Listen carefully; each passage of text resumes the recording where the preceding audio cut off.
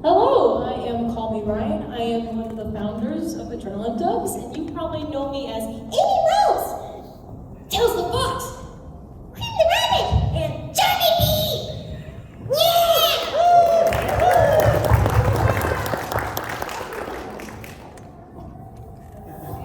Hello, I am Ted Cinema. You know me as the music composer, sound designer, the voice of Omega. I'm Bo Stanjo, and I'm the voice of Jewel, Mutsky, and Archie Bruges.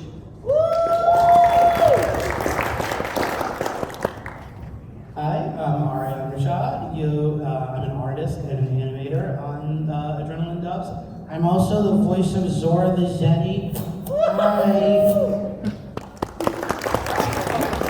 Kill me now. Anyway. I also do the voice of Heavy King.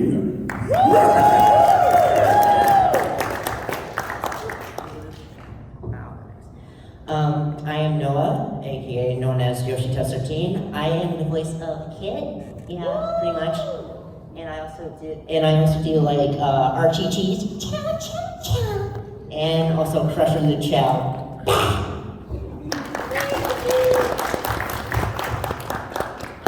Hi guys, mic check, 1 2 1 2. Hello. Hi, sorry, I've never done this before. Hi, you might know me as Oz. I go by Blue Speed Mouse on the YouTube, whatever, all that stuff. I am the voice of Classic Sonic, and I'm also the sound designer for Adrenaline Dubs. Alright, let's see. Do you want to start? Sure. Okay. Alright, so we got some pre-questions first, and then we're gonna show an initial preview after that, and then we'll head over to audience questions. Okay, so our first question is, how did we join for Adrenaline Dubs? Well, the origin of Adrenaline Dubs, back in 2018, it was me, Landy, Trev, and a couple of other friends. We did a live reading of post-reboot Archie, specifically the Unleashed arc. After doing that, we just like fell in love with like doing like all these voices and like just pretty much bringing it to life. Like we had like a music bot in the chat, and like that made it like so much better. And so we all thought like, hey, maybe we should do some comic dubs. And then Trump was like, hey, the IDW comics are coming out, so why not dub those? And so that's how we formed Adrenaline Dubs. I immediately got casted as Amy for it because she's my favorite character, the voice. Here it is. Yeah. How did you join? I was just hanging around the voice chat one day. I had my little Omega voice filter on, and Landy happened to join the call at that time, and they said they needed an Omega. And I was like, okay, I can do an Omega. Do you also want to do music? Heck yeah!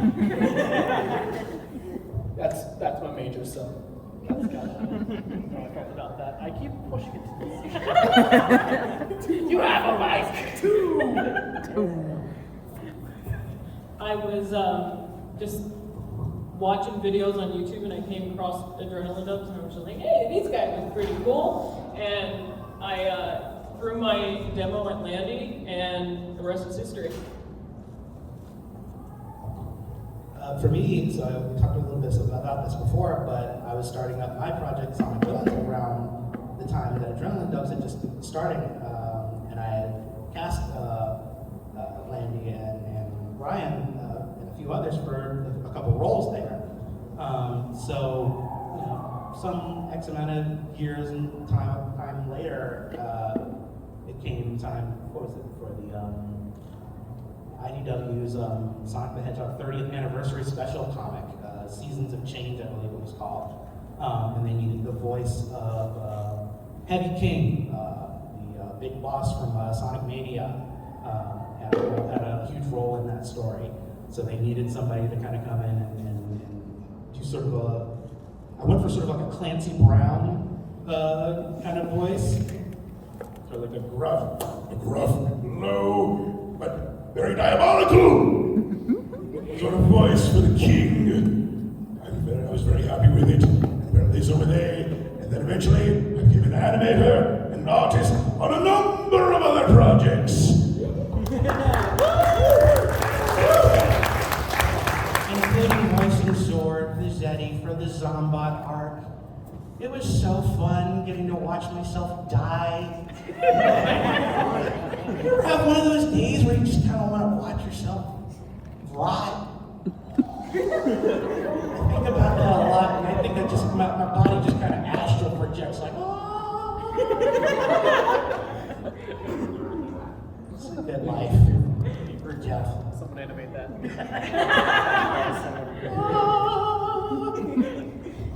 You go ahead. Hi, I joined Adrenaline Dubs back in 2020. It was brought on by Danny, who was leading another Sonic project, and then he showcased with the sound design that I did on that to Landy, and then from there, well, it just kind of happened. I was brought on for sound design, and then eventually, after all that stuff kind of passed, it was only until after I was in that they found out that I could do like some kind of Martin Burke inspired voice. It's okay. It's all right. 2021 was certainly a learning experience, but it's cool. I am nervous out of my mind, guys. I'm so sorry. You're also the GOAT at the one annual in the fan club. That too? Yes. The goat. Yes, the goat. The goat. You are There you indeed go. the goat.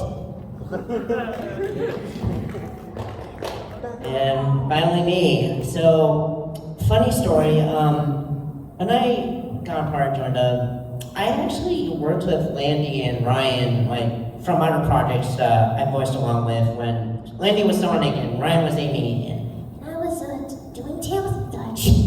And I joined their server. I really love their content. When they were doing at the Metal Virus arc, they were needing like additional voices and Zombots, so I decided to try out like kind of like that. There's a lot of that. And then, Files. yeah, a lot. Too much. And when Imposter Syndrome was introduced with Sergeant Kit, Landy hooked me up, and that's how I got into the cast. So a really huge honor, you guys, a really huge honor. And this is how I do Kit, just innocently. Hi. And yeah. Also looking for RG voices too in the future.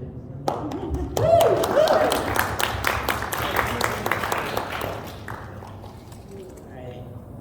Our second question is, what are the dub issues that you enjoy or are looking forward to in the future? It can be either IDW, RG, etc.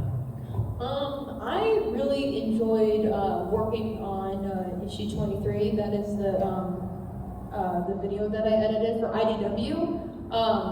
One, for its simplicity in its panels, because I know sometimes IDW can have like very dynamic panels. Looks great on paper, but really hard to work in a video editing program.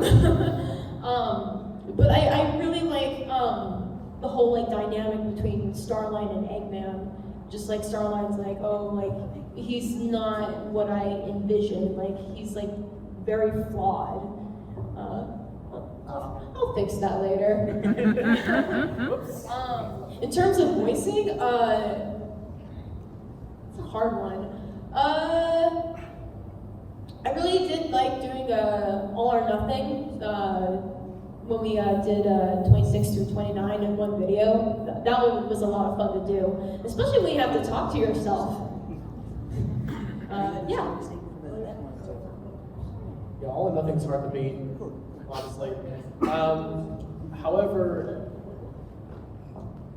there is one other one that holds sentimental value for me because it's sort of the reason why I wanted to get on Adrenaline Dubs in the first place. And some of you are going to hate me for this. It's issue 24 of the IDW comics. For those who read it, you know the one I'm talking about. I had made the track for, it was Tell the Others I'm Sorry. It's the track When Tangle Concerned. About, I made it back in like 2020 when I first read the comics with my girlfriend, and you know, it just sparked from there. So you actually need it now. You actually need it now. Yes. Fantastic. I succeeded. I think one that I'm looking forward to, I tried to look up the number of it on my phone because I can't remember the issue number, but it's the saga when Amy and friends go camping. Trials by Fire. Yeah, that one. I'm looking forward to that one. So far, the most fun I've had with any of the issues is probably Bless you. Shadowfall 2. For me, I'm absolutely looking forward to the Zeddy Hunt storyline, which is sort of like the aftermath of everything. It's sort of a follow-up on the Deadly Six after their involvement within the Metal Virus saga. We got to do some really fun special animation work, which is very rare for Adrenaline Dubs. Obviously, we want to focus on the comic first and foremost, but whenever certain scenes feel like they can maybe be punched up with some extra animation editing, I absolutely am down for the idea. Of course, it's Zeddy related, so I got to do more Zor, and I love voicing the guy because he's so over dramatic and goth, and he's like, hot topic, yo. And I get to use their theme again. Yeah. Which is so good. Oh my gosh. The issue I'm also looking forward to would happen to be on the Archie side of things. There's that one, I forgot the number, but it's the one where like the werewolf like shows up for the first time, right? Night of the Hedgehog. Yeah, that was. No. That was an animated short. I'm talking Oh. about the comic issue, right? Yeah, it's where 270 something. that's where Mighty Ray appeared in. Yeah. I didn't know. Wow. I just saw the werewolf and I got really hyped. That's pretty much it. As you should. Okay, I haven't really gotten to voice much issues, but I did enjoy the Crusher. I appeared as Crusher, obviously, and I'm definitely looking for a kid. It'll be a while, but it'll be worth it. I'll just say that. I want to finally use their theme. Oh yeah, that too. The Surgeon Kid If you theme. haven't listened to their theme, you should. It's on a text channel if you want to check it out. Yeah. It's been playing on my On mind for like his ever. shirt name. Yeah. Not on my shirt name. The other one. It's Oh, on Techno Cinema, not Matter Cell. Yeah, it's on Techno Cinema if you want to check it out. ignore me. I don't know what it's talking about. Oh, sorry. So our last question we have for pre-questions is, do we have any other plans besides from IDW and Archie? So right now we're still mainly focusing on the IDW and the Archie comics, but there is a possibility that we might dub some fan comics by some artists. So yeah, look forward to that. All right, that's all the pre-questions we have. I guess now we can share Sonic the Hedgehog IDW issue 31 preview. Preview of issue 31. Yeah. Are we going? Okay, we're rolling. Hi there. I've hacked into the network at this computer at Sonic Revolution. I hope it's the right computer. I think it is. Yeah, that's okay. Cool. All right. I got an exclusive dub for you that hasn't been seen before, that I've been sitting on for quite a while. It's a comic by username, hold on. Andy, we were supposed to show issue 31, right?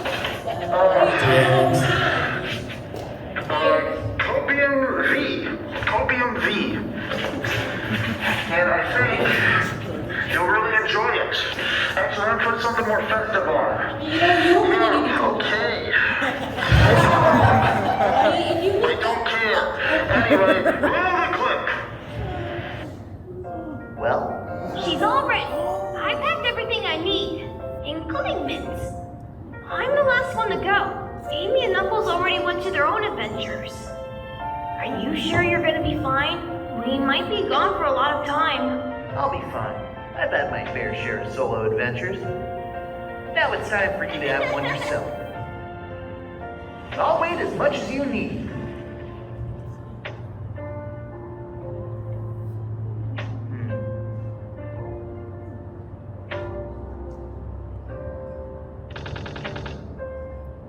Where are you? No, not this. Here you are.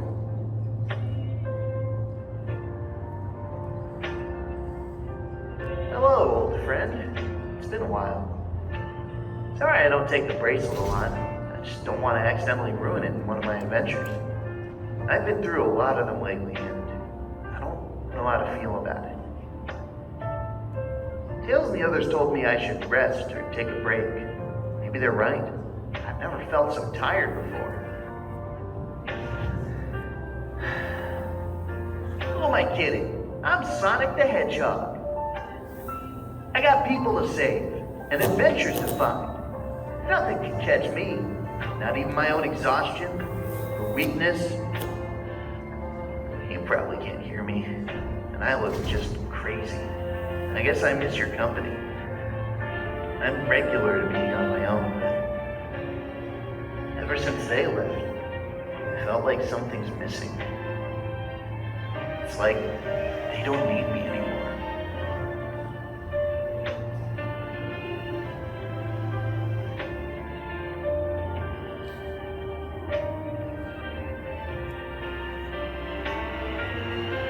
Huh?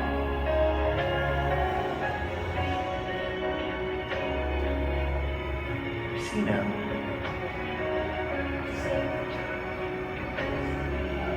Thank you, Chip.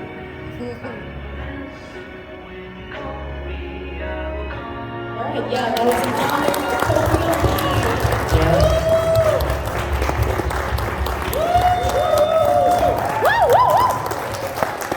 Thank you, Landy, for editing that dub.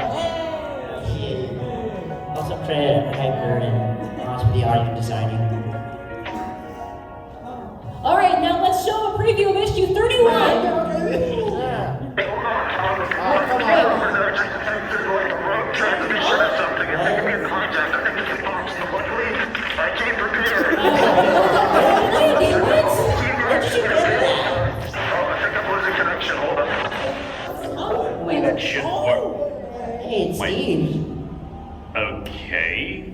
So instead of improving my Wi-Fi, it connected me directly to the Sonic Revo convention. Yeah, hi, Hyper. I don't know whether that's a step forward or backward. Whatever. Anyway, hey everyone, this is Steven, aka Hyper Voice Acting from Adrenaline Dubs, and I guess while I'm here, I guess I could show you guys something that I've been working on for the team, just a little something in between major IDW issues. I'm really proud of how this one turned out, and I hope you all enjoy it too. Okay, then. Now that all those shenanigans with Sonic and Robotnik are over, I can finally take some time to myself and get back to my true purpose, guarding the last artifact of my ancestors, and defending the grounds that my people once called home. It's not always easy. I have to be vigilant, always on high alert. But I mean, admittedly, the job does also have its perks. Angel Island is home to incredible wildlife. The breeze is always calm, and the clouds always clutter the sky overhead. But even with all this being the case, why do I still feel so unhappy? Is all of this really my sole responsibility? Or is it the responsibility that my forefathers always envisioned for me? I am the last of the Echidna tribe, after all. No one else is around to preserve what's been left behind. But is this what they wanted for me? To sit around all day doing nothing? I'm fulfilling a role, yes, but I'm not necessarily doing what most would consider fun. It's undeniable that Angel Island is beautiful. It always has been since the moment I was born. I understand its importance, but I just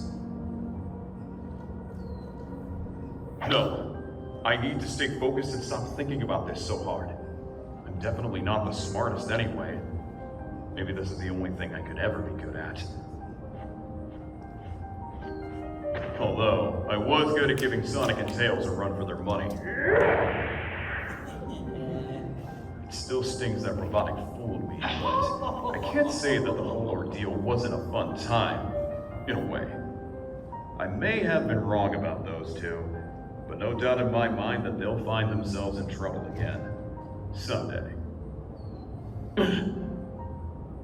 And when that happens, I'd better make sure I'm around to help out. Next time, I'll redeem my honor as an Echidna warrior and fight for the side of justice and freedom. Knowing Sonic, he'll for sure need someone like me for support. My combat skills are unmatched. I'm sure the Master Emerald will be okay with me giving myself a day off every so often.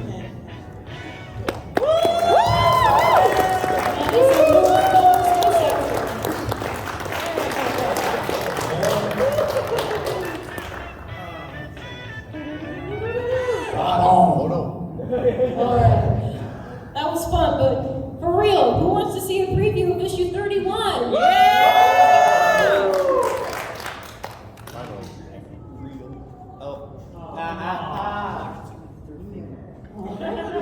Here we go.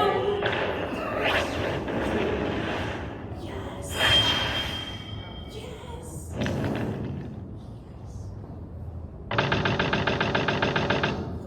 The Sonic the Hedgehog I know was a hero, a paragon. He was as swift and free as the wind. He had no master, but fought for anyone and everyone. There was no challenge too great, no threat too dire, that he wouldn't face without swagger and a smile. He sounds very impressive. I'd like to meet him one day. Who do you think you are? I'm afraid I haven't the foggiest, Your Highness. I met the most precocious little girl, though, who dubbed me Mr. Needlemouse. I like the sound of that. You've had some time to rest and think. Do you recall anything?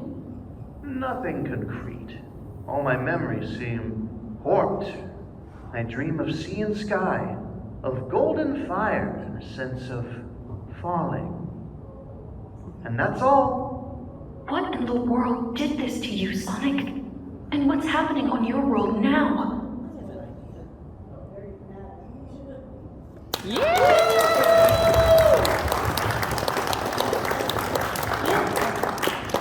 So right now, we have issue 31 through 32 edited.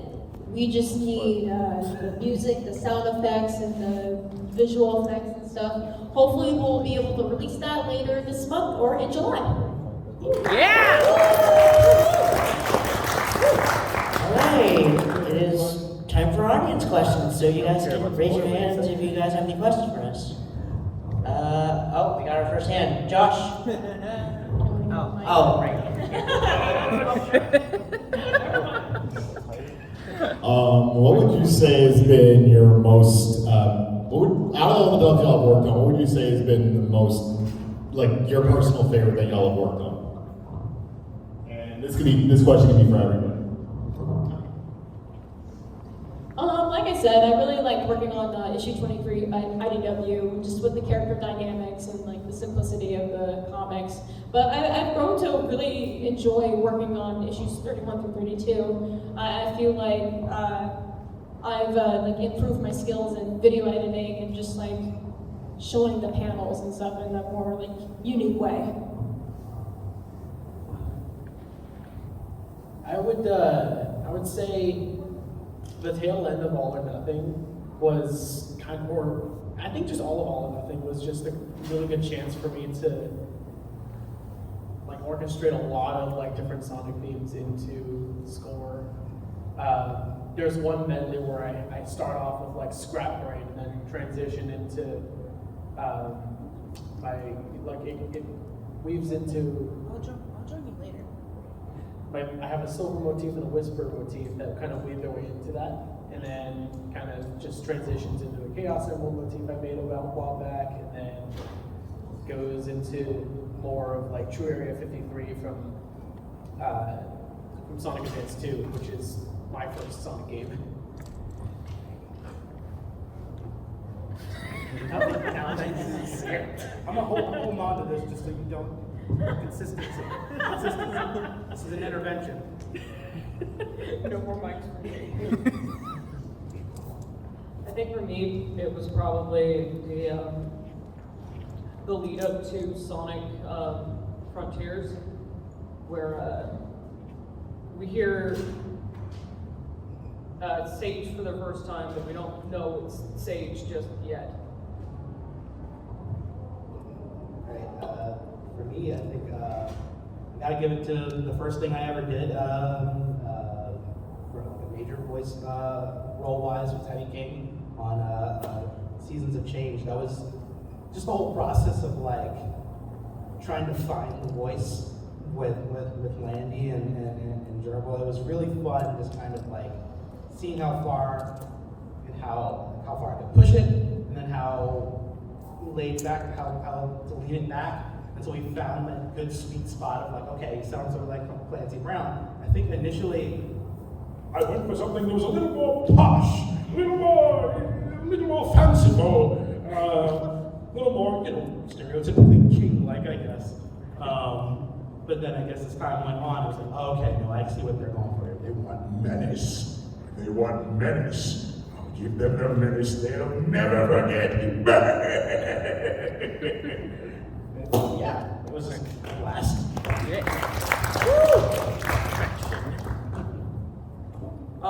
As a sound designer, I'm not exactly doing too much voicing, but I'd say that probably, and it's probably gonna sound corny, but I like every issue I do. When you're a sound designer, right, you want to basically nail down everything. I'm talking everything, okay? So regardless of what's in the comic panel, like I nailed down the ambience. You can't hear it because it's overshadowed by the voices and the music, but you know what? I put it there anyways because it's really awesome and cool. But my personal, like, if I had to pick a favorite, it'd be the what's the one like Tales like has the tornado? There's like a bunch of explosions and like cool like transforming sound effects and stuff. And then, dude, the sound design for that one with D the Hedgehog, because typically the sound design process for AD goes like how do I put it? One guy takes the sound pass, the other adds onto it, and then it gets sent to like, you know, the editor guys to finish it up. That's pretty much it. Point being, I try to go as hard as I can with the sound design, like most if not all the issues I do. You typically like hear my stuff in a lot of the IDW works.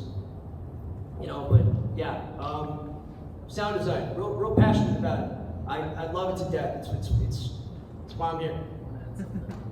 It's like whether it's in the background or it's up front or it's drawn behind them, it adds a lot. It really does. I do, no matter how small it is. And I'm so sorry to draw on guys, but like if you take it away, it's like you don't know how much you missed it until it's not there. Absolutely. Let's see. Late Vision Changes was the recent Archie issue, right? Yes. I have to say that one. Gerbil did wow. He made the comic alive with their mouth moving and blinking. It's fantastic. I'll say that. First preview and it blew me away. And I think the other one I like is actually there's another character I voiced, Dubby. Yeah, as Barry. Yeah, Dubby. The my he and my who, and he's like my got it. Okay. Yeah. Yeah, that was a fun comic. I really enjoyed that. Yeah. Any other questions? Lala. Don't you dare use my real name. Just to clarify, on 321 Pie Time, I did some of the art for Adrenaline Dubs as well. I'm also helping to record this current Q&A, but I thought I might as well ask since I'm not sure if it had been brought up in any other panels, so I think it'd be a fun little insight. This is all volunteer work. No one's being really paid for this besides just putting all of their talent and effort together, having a lot of fun. So my question for you guys to kind of spread to the audience is how are you going to apply your skills and what you've done and what you've learned through making Adrenaline Dubs into future careers, i.e. whether you're going to go into voice acting or sound designing? Like, what exactly do you want to do in the future? Like, is Adrenaline Dub still going to continue on, or do you hope to apply it to something probably greater? You know? Yeah, doing voice acting for fan work is like really great. If you ever want to start voice acting, don't be afraid to start doing like fan work. Like it's a great way to test your limits of your voice and help expand it. Because over the years, I only voiced characters like Amy and Cream. And then as we did Adrenaline Dubs, we had a few people drop out of the team, sadly, so I had to take over a couple of roles. So I took over Tails. My Tails was very like rusty at first, but like after voicing him for a few years, I feel like I got like a really solid place for Tails and voicing him. And then Charmy too, that was my first time ever voicing Charmy in issue 5 of IDW. Also very rusty, but like yeah, over the years I was able to like solidify the voice. But yeah, just doing fan work for voice acting, it helps you like just like know like how to act, you know, because voice acting is acting behind a microphone. And like that can easily be applied to like other things that are like not fan work, it's more for original work, you know? Yeah. The key to Charlie is you have to squeeze your vocal cords to the size of the bee. It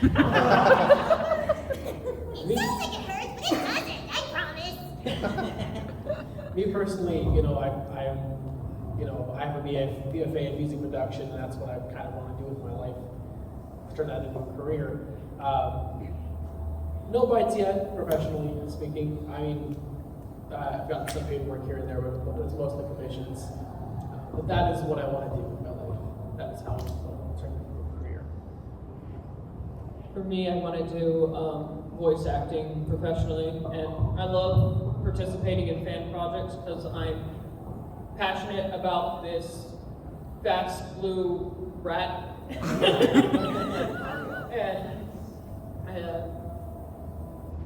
I have done a couple, you know, voice acting here and there outside of, you know, fan projects.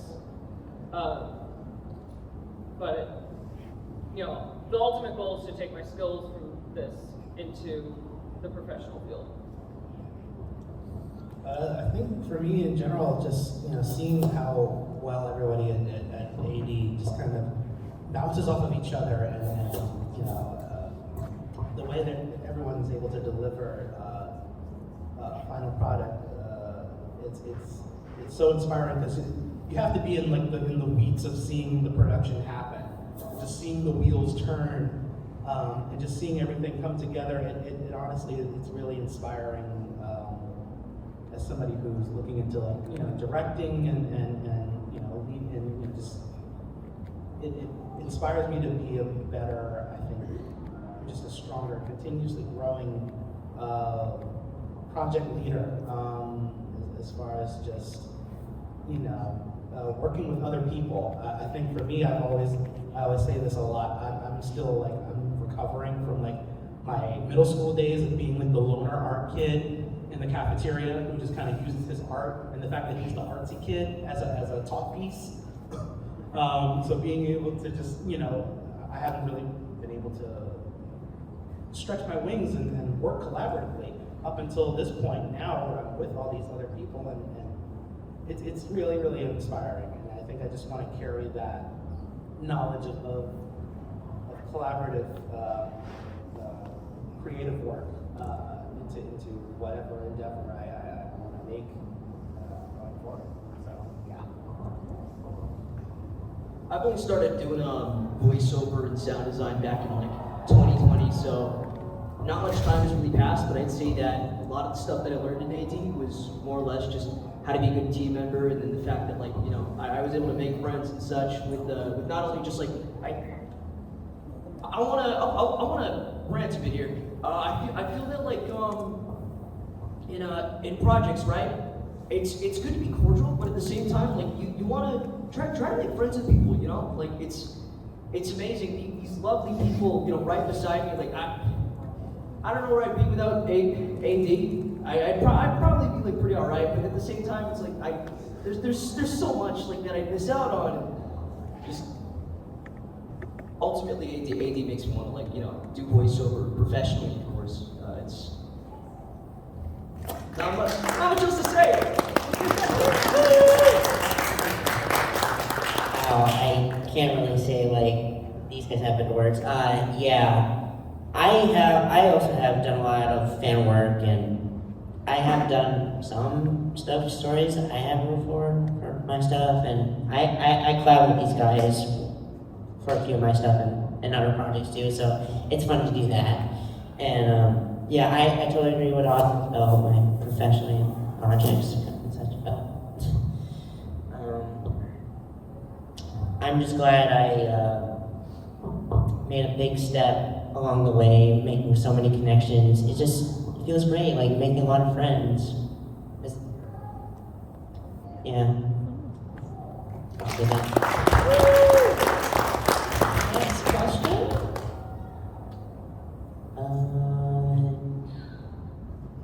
Let's go with you.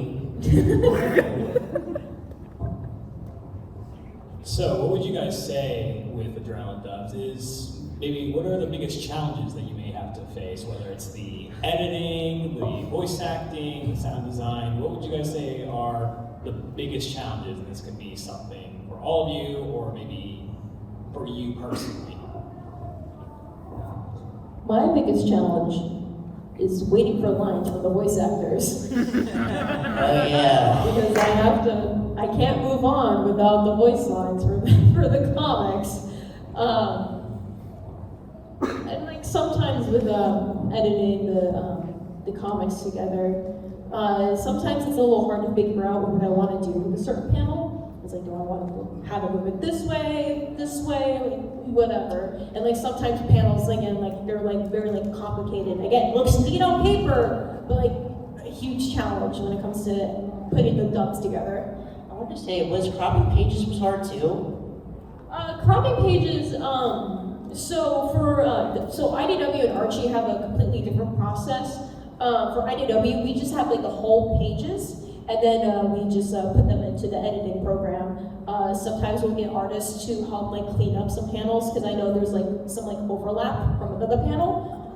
But for Archie, Dribble, he individually cuts out the panels, because the panels for Archie are like a lot more dynamic than in the IDW comics. There's like so much like overlap, and like just the shapes of the panels in general. It's very hard to work with. So I understand why Dribble cuts out the panels individually and have them as their own files. I think my biggest challenge, I personally have my own little time crunch, because I am a part of like 8 different active projects, including Adrenaline Dubs. So I think the biggest challenge is getting through that grind just to get to the next Dubs soundtrack. I was gonna say something. Nice Yeah, I try. like waiting the night before uploading a dub for the music. I love going to sleep at 5 a.m. It's fine. Oh, I woke up at 5 in the morning. 4.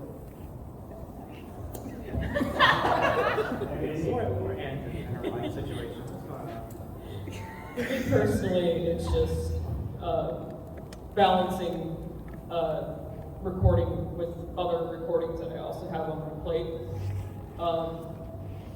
Because I primarily just do voice acting for Adrenaline Dubs, so that's about it for me. I think for me, just it's always really fun dubbing comics, because there's no, you have to figure out the sense of direction yourself, and I think what that allows for is, on one part, a lot of creative freedom. On another part, you also, in certain sequences, when it really counts, you got to really, just pay attention to what the story is trying to say. What are the writers and the artists trying to get you to feel? And follow that to the best of your ability with your voice and your acting, more specifically, and just kind of seeing if there's ways you can maybe plus up the material in the sense of like, you know, when you're dubbing these things, you don't have to necessarily go directly from the page and just read it as it is. Sometimes little things like stammering or extra little inflections of, you know, maybe if a character, like, the character might not be growling or anything, or like, you know, showcasing anger other than yelling on the page, because that's all they have to write. But if you want to, you can add like little bits of frustration, you know, and then, you know, adding that extra bit of breath or breathiness to the delivery, or any little natural human tics, I think helps. It makes a humongous difference. Right, right. It makes everything feel more alive than what the page even allows. Not for lack of trying on the writer's part, but just for, you know, they have to be succinct with their dialogue. It really helps when you're voice acting to add in giggling, grunts, and just effort noises, whether the script calls for it or not. Because you'd be surprised how many times the director or writer didn't intend for it to have a certain direction, but then you put that direction in and they're just like, ooh, I want that instead. Sound design. Speaking of sound design. In terms of sound. Best joke of all time. Where's the sound? Where's the sound? Where's the sound? Where's the sound? Like this, Oz. Basically, Pointed like this. like that. That's how you hold the mic! The way you hold an onstage mic is very different from the way you. It's not your YouTuber setup. There you go. I'm sorry. Okay, alright, cool. Now we know. I know. Sound design, trying to make everything sound distinct. You can't write this, folks. Absolutely not. I gotta add on to that. So when you're doing sound design, right, you want to make sure that everything sounds like distinct and stuff. Because if somebody can point out a sound effect that's like, hey, use that from that game, or like, hey, this came out of that. It's like, at the end of the day, it's harmless, it's inoffensive. But when you want to like just how do I nail it down? You don't want the listener to be unimmersed, I guess. Like, you want everything to sound distinct. You want something to sound unique even. So sound effects, right? What I do is sometimes they get spliced, modified, edited. I put them together, right? Hang in there. It's hard. It's like the universe is just teasing him at this point. Right. Yeah, do you want to use my mic? Yeah, I do want to add something else. Okay. You want to add something? Real quick, I want to add something else. Is that it matters whether like one sound is like just a little tick to the left or to the right in the timeline. Spatial audio. Because That's hard. well, not even spatial audio. Just like if there's an impact and it's like, you know, if you're doing an animation and that impact noise is just a little bit too before or too after, it can you can take the audience right out of it real quick. Timing, yeah. Whether you're putting sound to visual or putting visual to sound, which I have done before, I have audio sequences and then I just animate stuff to it. Let me see, is this working? Yep, there we go, alright. If I had to be honest, I really got nothing to do yet. I'm just here, just voice act. I'm hoping more soon. All I have to do is just play the waiting game for a while, and then I'll get some time to shine. You will. Yeah. Any more questions? We have several questions. Let's go here. Dude, I like actually almost cried during that dub that you did with the preview show with the Chin comic. Oh my god, that's all I have to say. Yeah, well. Well, I'm sorry, what was the question? Oh, It was just a comment, okay. Oh, okay. Just Next question. You're closer. Yes, we're going around. It's not just me. Let's go. Now we can all suffer. Yeah, thank you some more. No! Oh, there you go. You got it. So, what inspired you all to be a voice actor? For me, I really enjoyed cartoons growing up. I really look up to people like Tara Strong, Tom Kenny, D. Bradley Baker. And I knew that I wanted to entertain people using my voices. Because, yeah, again, I really like cartoons. I love how, brain fart. I just love how like cartoons can be for everyone. I know cartoons are typically for children, but there's just so many cartoons that like people enjoy. I want to be able to give people that joy.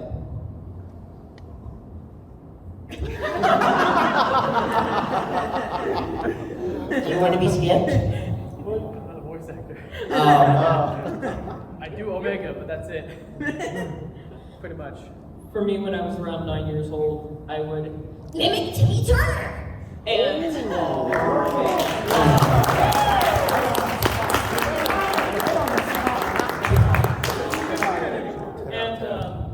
From there, it just grew. I love to entertain people, and I just want to make people happy with stuff that I help produce. And I adore animation to death, so like being involved in animation in some way, shape, or form is like a dream come true. I can't animate, but I can voice act, so I'm at least halfway there. I was just gonna say, acting, I think, for me, it's the best form of expression.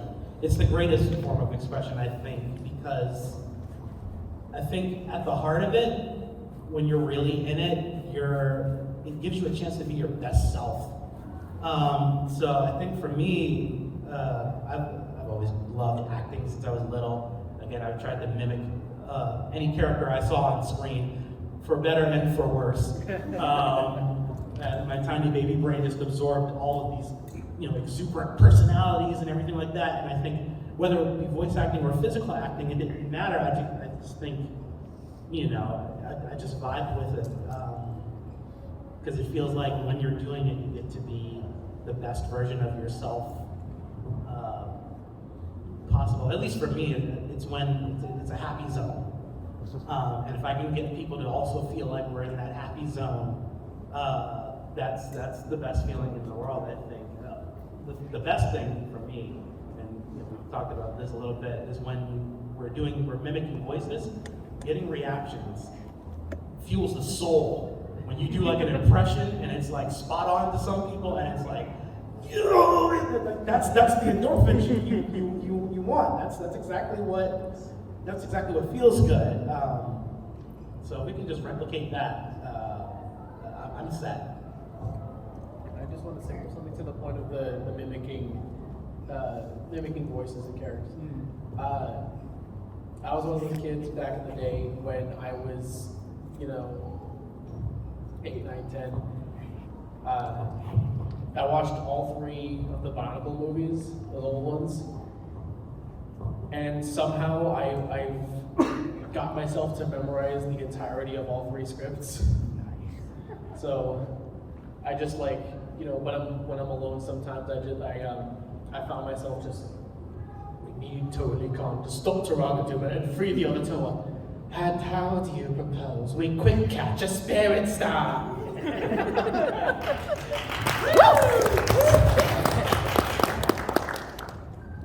When I was 17, people said I sounded weird. And I weaponized it. Wow! Yeah! I wish that was all. From there, I took upon sound design because I thought it was cool. That was more like a side thing that eventually became my main thing. Like when it comes to some, like teams that I'm on. I go to like a KFC and then the cashier's like, hey, you sound like somebody who's like trying to sell me something, and then it's like, oh, thanks. I don't know how to respond to that. Thank you so much. And but honestly, on a genuine note, I think that it's really fun. It's nice to just give like a genuine performance per se. Like I get to use what I have in my certain skill set. I guess like what I got in my lyrics. I don't know how to say it. The point being, like it's amazing. I feel nothing but like happy from whenever I do it. It lets me like exert a lot of energy. I have ADHD myself, right? So I'm always like pent up. I'm like a supercharged battery when it comes to the booth or something. I'm not like doing like air guitars or something every time I like say something, right? But I try to like just squeeze out as much as I can. You want to make sure that it's like when you're doing the voice, like genuine. I want to sell a performance, and it makes me so happy every time I do it. Every time. Go ahead, Noah. Okay, this microphone work, please. Okay, thank you. All right. I remember watching a lot of cartoons as a kid, and a lot of inspired from voice actors like Ryan said, even Jim Cummings. I started acting at 2015. I wasn't great at first, but later on I practiced doing the voices. I seemed to handle it well, and also when it comes to voice acting, it's really nice to be someone else, like having a different kind of personality, and so knowing your personality, yeah. And besides all the characters I do Toad from Mario. Let's go. I can do Fluttershy from My Little Pony. Yay! I have a lot of high mid-range. It's crazy for a 24-year-old guy. Yeah, it's really impressive. I must say, I appreciate your Jim Cummings admiration. Yeah, I actually met him last year. It was amazing. Ooh, excellent. Did you take any prisoners? Yes. I saw him. Yeah, I voiced request from Darkwing Duck, and we're bonded from there. Might work. All right. How much time do we have left? I think at this point it's the mic. Let's see. Well, we just got time for one more question. Yeah, one more question. Absolute champ. So you mentioned that you guys are looking for voice actors for Archie in the future, right? How do you guys do casting calls, or if you do them, how can we find them? So typically we cast main and supporting characters internally through connections, but sometimes you can email us your voice demo or like stuff that you've worked on before. If you join our Discord server, you can also share that in the Discord for that. But yeah, we just mainly do casting for main and supporting characters internally. Yeah, and sometimes we do casting calls for background characters if we need them. So, yeah. Just like back in the Metal Virus arc you had. The casting calls are typically hosted in the Discord itself. Yes. Well, I guess that's about it. Thank you all for coming.